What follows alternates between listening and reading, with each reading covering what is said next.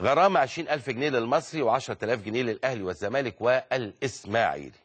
غرمت لجنة مسابقات باتحاد الكرة المصري كل من النادي المصري البورسعيدي مبلغ 20,000 جنيه بسبب السباب الجماعي، فيما غرمت أندية الأهلي والزمالك والإسماعيلي مبلغ 10,000 جنيه للسبب ذاته. انقسمت غرامة المصري إلى شقين، الأول تبادل السباب الجماعي مع جماهير النادي الزمالك، عشان كده دول أخدوا ده 10 ودول 10، فيما غرمت ال10,000 تانيين بسبب السباب الجماعي للكابتن حسام حسن المدير الفني لنادي الزمالك. وانا شخصيا حزنت يعني جدا على هذا السباب للكابتن حسام حسن، ولا اجد له اي مبرر. هل كان مطلوب من حسام حسن ان هو يفوت المباراه؟ مش ممكن، لا يمكن. والمصري نفسه بشموخه وعراقته لا يقبل ده اطلاقا. مصر باقي. بصوا حضراتكم، المصري في الدوري الممتاز الموسم القادم، وقولوا ان انا قلت، تاكدوا تماما مصر ما عندوش مشكله اطلاقا باذن الله، ولكن من غير المقبول ان يكون سبب، خصوصا الحقيقه يعني انه حسام حسن كان قيادته لفريقه في منتهى التأدب والتهذب ومراعاة مشاعر جماهير النادي المصري. لا قام اتنطط على هدف ولا كان بيوجه بالطريقه اللي حضراتكم عارفينها ولا حاجه. حتى لما شيكابالا جاب جون وحسن مصطفى جاب جون وراح يبوس راسه، ما اتحركش تقريبا من مكانه، عكس انفعالاته الطبيعيه. وانا قلت امبارح هذا امر غير احترافي، لانه يجب ان تكون سلوكياته في كل الملاعب واحد، لكن هو ما زال احنا بيحكمنا عاطفه، وده امر طبيعي جدا جدا جدا. وبالتالي كان يعني هو مراعي الجزئيه دي كناحيه عاطفيه، ان هو بدا رحلته التدريبيه مع هذا النادي الكبير العريق ومع هذه الجماهير العظيمه الوفيه لناديها.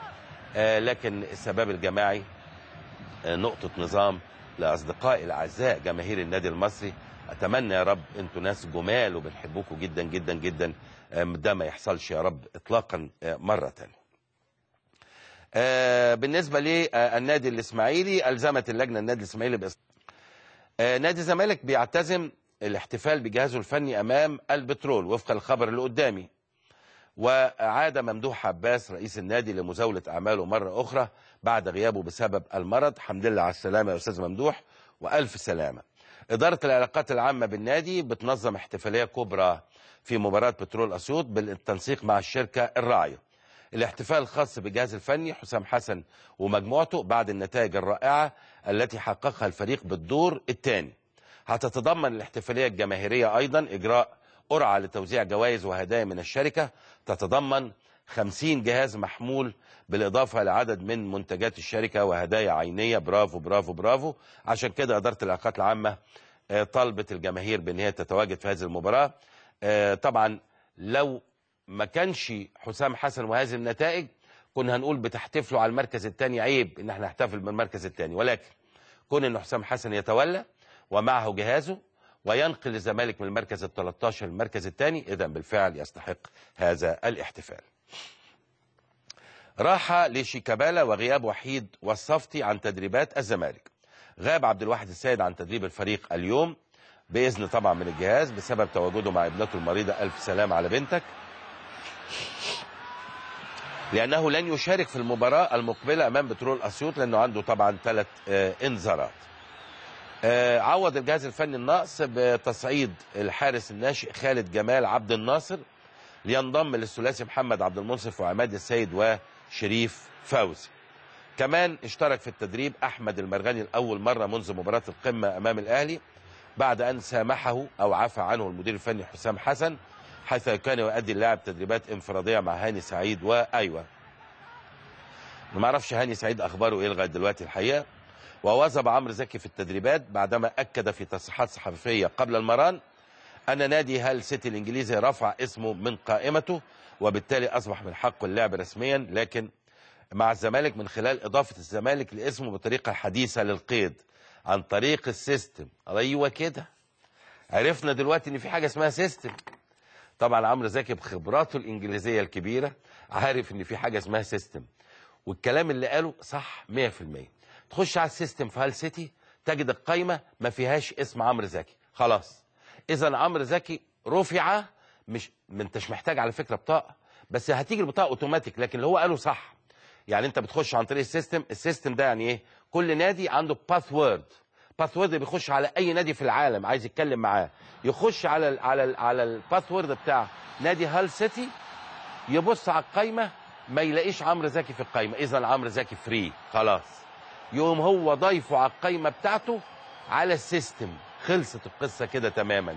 ده نظام السيستم اللي احنا اتكلمنا فيه وهاجمونا بعض الاصدقاء، ولكن الحمد لله ان هم عرفوا في النهايه ان في حاجه بالفعل اسمها سيستم، وده امر مهم جدا جدا نقل العالم كله من منطقه الى منطقه مختلفه تماما. انت النهارده تستطيع ان انت تتعاقد على شراء لاعب في نص ساعه، مش بنقول كلام فاضي، لا في نص ساعه، نص ساعه وربما اقل. طب ازاي؟ الزمالك عايز يشتري سوكوسيكو من كوالالمبور، هيحط على السيستم لنادي كوالالمبور عايزين سوكوسيكو ب$50,000. يوم نادي كوالالمبور يبعت يقول وافقنا على البيع اللاعب الفلاني ب$50,000. تمت الصفقة في هذه اللحظة، يتبقى يعمل ترانسفير للمبلغ المطلوب، وده ما بياخدش نص ساعة زيه، يبقى اللاعب أصبح من حق الزمالك. هو ده السيستم اللي نقل العالم كله نقلة مختلفة، وده اللي قاله الاتحاد الدولي، إن كل بلد أخذت الجرعة التدريبية غصب عن عينها لازم تشتغل بالسيستم، وادى للعالم كله. ده اللي كان الاختلاف ما بين بعض الإخوة الأصدقاء في القنوات الأخرى، إنه ادى فرصة لشهر 8 للي ما أخدش الدورة إنه ياخدها عشان ينفذها، لكن كل اللي أخد هذه الدورة من لحظة إتمام الدورة، ودي أخذت 3 أيام، أصبح ملزم بالسيستم. ايو الزمالك مستمر في اضطهادي، يعني بيتكلم عن هذا الامر، لكن اتصور ان ايو لا وجود له في نادي الزمالك الموسم القادم. طارق سليمان قال هاني سعيد عليه الاعتذار لحسام، كنت لسه بسال.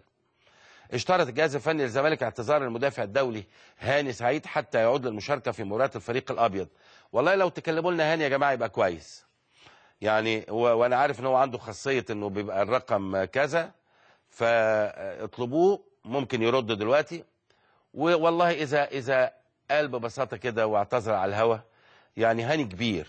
وانا عايز اقول يا جماعه، الكبير اللي يعتذر. في ناس بتفتكر ان الاعتذار يصغر، ده الاعتذار يكبر اذا كان له مكانه، يعني مش مجرد اعتذر عشان امشي حالي. اذا انا اخطات وانا علمت من قناعاتي او من قناعات المحيطين بيا اللي بثق في رايهم ان انا اخطات، ده شيء جميل ان انت تطلع وتعتذر، شيء محترم جدا جدا جدا، ده شيء يكبرك، يخليك حاجه كبيره قوي قوي قوي قوي. اما ان انت ما تعتذرش وانت علمت من خلال قناعاتك او قناعات المحيطين ان انت غلطان، ده شيء يصغرك ما يكبركش. يا ريت لو هاني موجود كده يقول لنا كلمتين تبقى حاجه جميله. هاني سعيد وفقا للكلام كان قد تخطى حدود اللياقه مع حسام حسن مدير الفني، كنت انا شرحت لكم الحكايه، مما ادى لاستبعاده من تدريبات الفريق ولم يشارك في حينها في المباريات. وطارق سليمان قال ان هاني سعيد عليه اعتذار حتى يعفو عنه الجهاز الفني، مشير ان هاني سعيد لاعب كبير وعنده خبره ووعي ودرايه كافيه بما عليه فعله، لقد ارتكب خطأ جسيما. وكشف سليمان عن تواصل هاني سعيد مع حسام حسن عبر الرسائل القصيره خلال فتره غياب المدير الفني الشاب عن التدريبات نظرا لخضوع العمليه جراحيه اللي هو حسام حسن يعني. لكن انا زعلان جدا ان هاني سعيد بيتدرب بشكل منفرد حتى الان، ده داخل دلوقتي على شهر وشويه. هو عنده خاصيه انه قافل، عنده. اطلبوه مره ثانيه يا هاني، انا عارف انت بتتابع، يا ريت ترد وخلاص. ما هو انا حكيت القصه على الهواء مباشره، واي نوت ان انت تطلع تقول كلمتين لطاف يا هاني، ما يصغركش، جربوا معاه مره ثانيه. دي قصه هاني، نتمنى عودته بسرعه. كابرال استبعاد حسام سابقا افاده في تدريب الزمالك. قال كارلوس كابرال مدير الفني الاتحاد السكندري ان حسام حسن